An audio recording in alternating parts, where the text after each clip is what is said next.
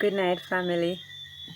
Welcome once again to another in the series of sketches of my life.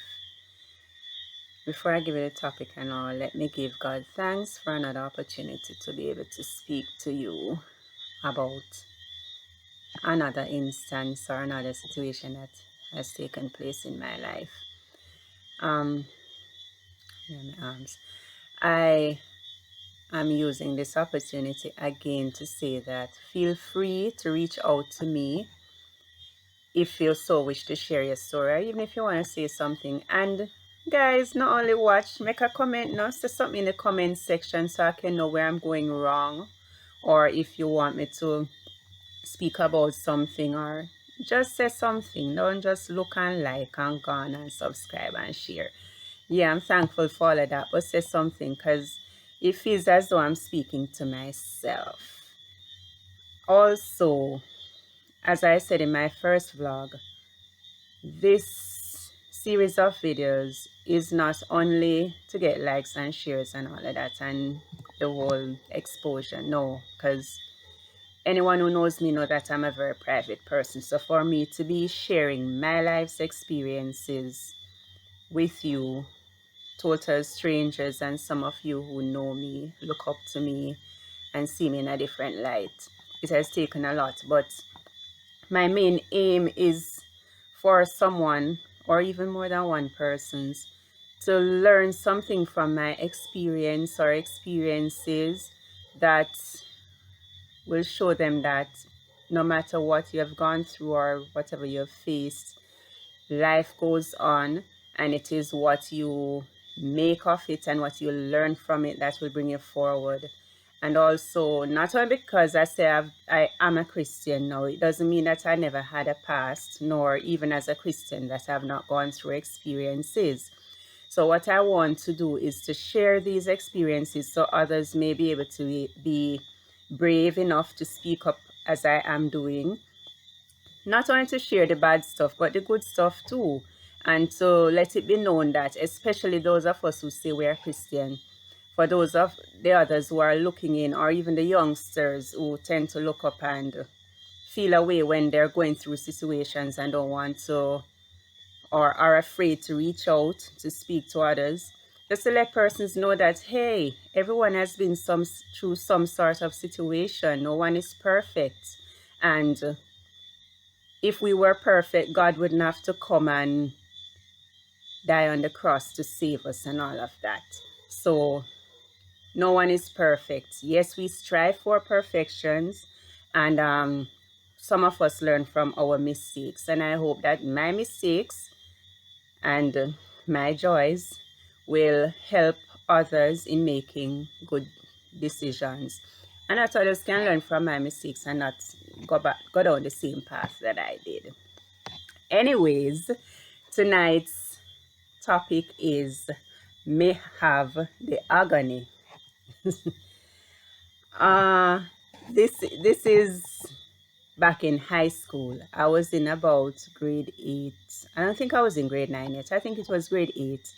And at that time I had some friends at school who were different from the 5 of us who walked together in the evenings and the mornings, who traversed together. 5 of us were Margaret, Karen, Nadine, Paula, and myself. We all would come to school in the mornings and leave together in the evenings. We walk together as a group, and we forged a friendship throughout high school. Karen and Paula, they graduated before Nadine, Margaret, and myself. So from day one, we were close at high school. However, on the compound though, in grade 8, I got myself some other friends wherein I'm kind of little bad company because I followed them and actually skipped class, which was music class. Never liked it. And I remember my mother was sent for. The other girls' mothers were sent, parents were sent for too.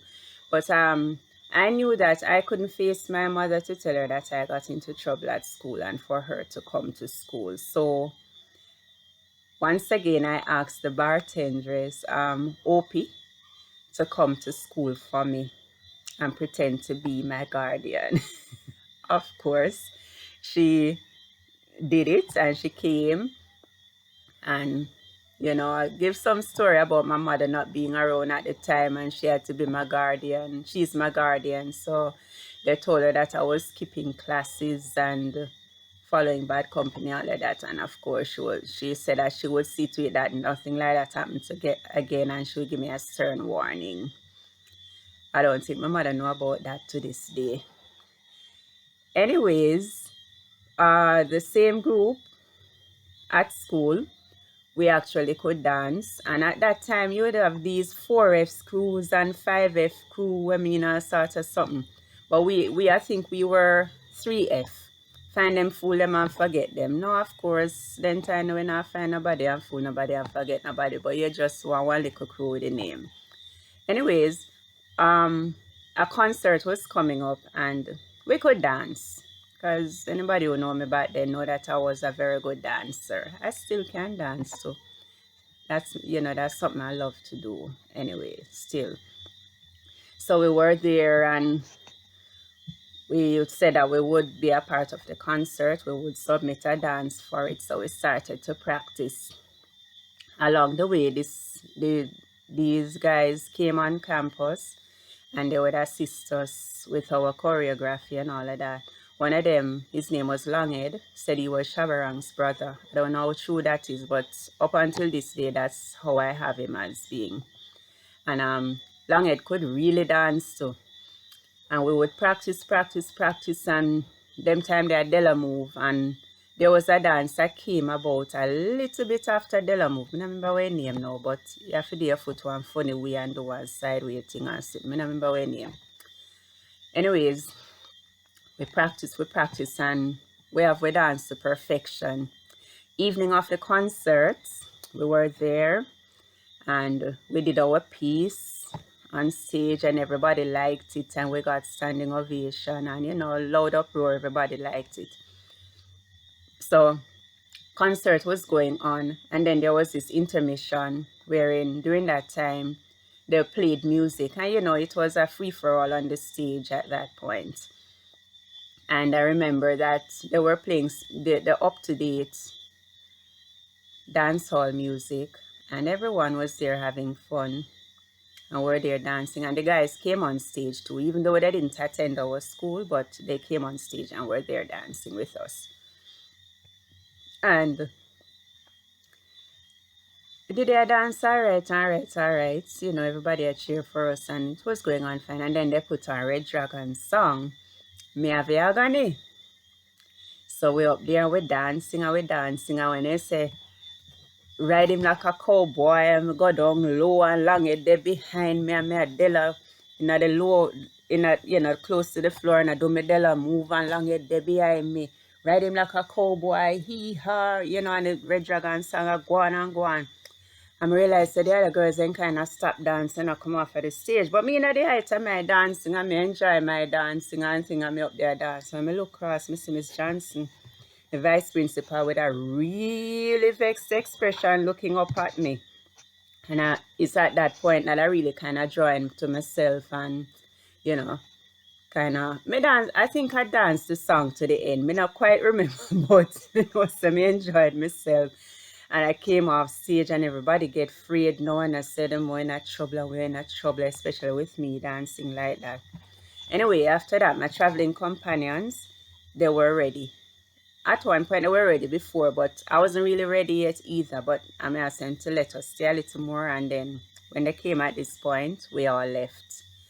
As usual, we suffer to get right. And worse, it was almost night now, if not night. So we suffered even more. So by the time I reached home, now remember back in them days, they didn't have cell phone. And God bless who have phone. So I reached home now, at the time I still live at Island Park.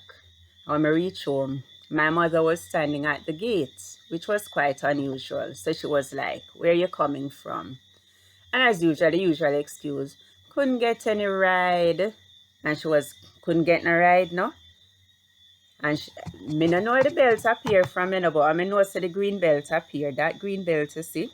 And she start whip me cross my back. Me have the agony, no? Me have the agony, no? And a pair that me get to me go in. And even when me go inside, I had on a booty tights and a long blouse. I that in a wear them time there. And she start give me there, me sit on the settee and me hold up my foot in the ear and me get it on my foot bottom. Me really get a sound trashing the night there for that song there and for that dancing there. Because guess what? Somebody that went to my school reached in the area before me and found my mother to tell her that Suzette was at school on stage winding up on it and dancing song with man behind her back, but me have the agony. So even though we never had cell phone those times, news could really travel fast. But I must say, it's one of my fondest memories because it was something that I did out of the way and it was something that I actually enjoyed doing even though it was kind of wrong. Because, you know, say, as a young lady, you're not supposed to portray a certain type of image. But it was really fun for me. And it just goes to show that as a youngster, as an adult, whomever you are, be yourself, enjoy yourself, have fun. Yeah, within guidelines, but sometimes let your hair down, have fun, laugh, and you'll be surprised. You actually go through life and not get high blood pressure and then someday. So that's my story for tonight, and I really look forward to sharing more with you. And thanks for watching and sharing with me. Bye.